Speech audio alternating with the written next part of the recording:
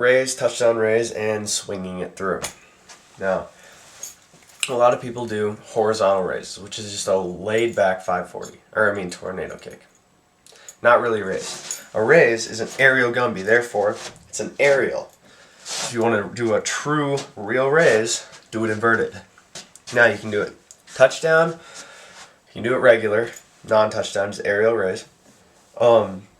No such thing as a high raise or a low raise either, because they're the same thing, just with a different takeoff. A carry-through takeoff, or a swing takeoff, or you can do a cheat step takeoff. There's no such thing as a low raise and a high raise.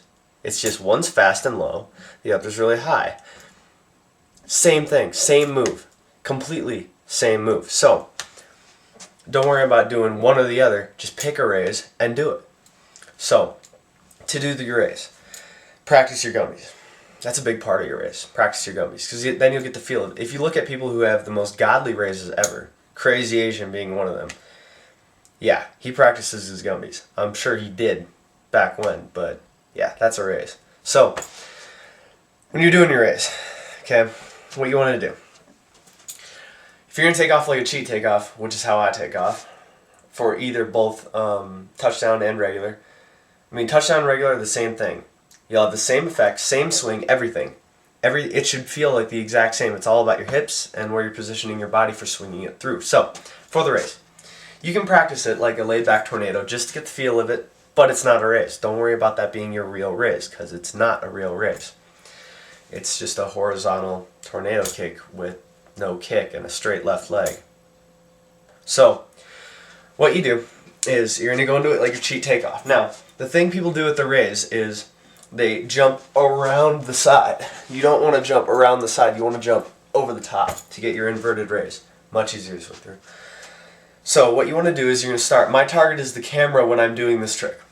So what you're going to do is when you start, I normally do a hook kick beforehand, but we'll pretend that I already did that. So I'm going to start, my target's the camera. What I'm going to do is I'm going to turn into the raise facing this way. It's to the left, your right, of my target. Okay? So that's just a 90-degree turn. Now, this is where I start my raise. You start your raise right here. All you do is you rotate 180 facing the other way. 180 from where you started your raise. So it's going to be my right, your left. So you're going to take off here. And from here, it should feel like a backflip. You are going for a backflip. When you do this, do a backflip. Okay? Don't try and go around the side. That'll happen on its own. It's a backflip, okay? Come in here, you do the flip. It's like a flash kick. Because since you're spinning, you're going to be forced to come around the side just a little bit. So if you try and go around the side, you're going to go horizontal again. It's not going to be inverted, and it's going to be harder to swing through. You're not going to get as much power. So shoot for that backflip. Now, when you're learning this, do it into a squishy pad. Because it's kind of a scary move. You don't want to land on your head and break something. That's bad. So, again, let's go over it again, okay? My target is the camera. So, I'm going to have to raise away.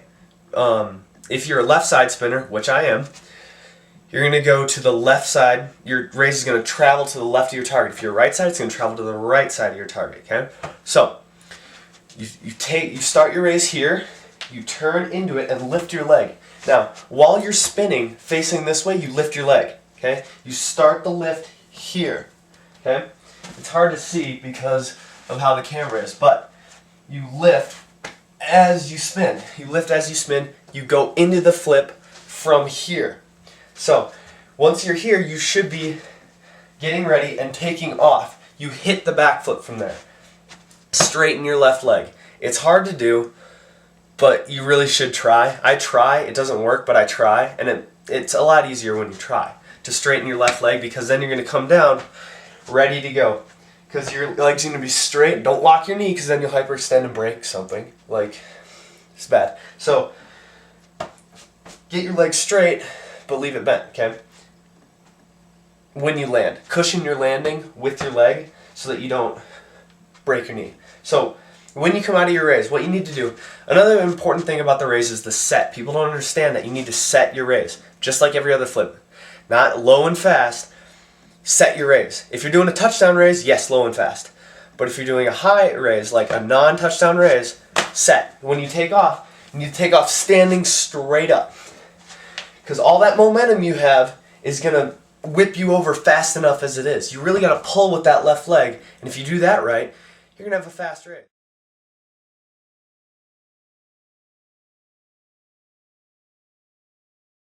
Don't worry about getting all the way around, okay? Set that raise. The more time you have in the air, the more time you have to rotate. Therefore, the easier it will be to land standing close to straight up, if not completely straight up, to where you can swing it through. Okay, touchdown raise. Same thing as a regular raise. The takeoff, or not the takeoff, but the setup is the exact same. You set up just like you're going to do your raise. The only difference is that you sit down like a back handspring. You know, on a back handspring, how you sit down when you go? Same idea, okay? When you take off, you're going to sit down into that raise. You sit down and go right on over the top. The lower you are to the ground, the easier it is, because it'll feel like a scoot when you swing through. Stay low. If you try and do a really high touchdown raise and just barely touch your hand, nothing's going to happen. If this is the floor and you just go like that, nothing's going to happen. You need to bound off of that floor to get the power. You can, raise double cork out of that. So,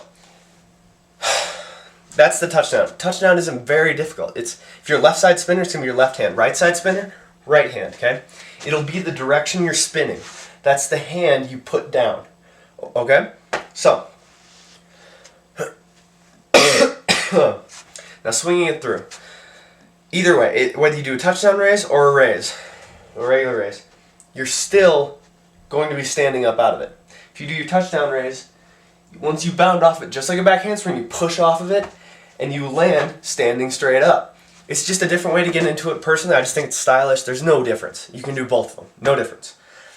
I like touchdown raise better because when I'm tired, it's easier to do because you don't have to put as much power and effort into it because I'm, lazy. So when you're going to swing this raise through, a lot of things people do is they really whip back. You cannot whip back. You have to set whatever's going to come out of this raise.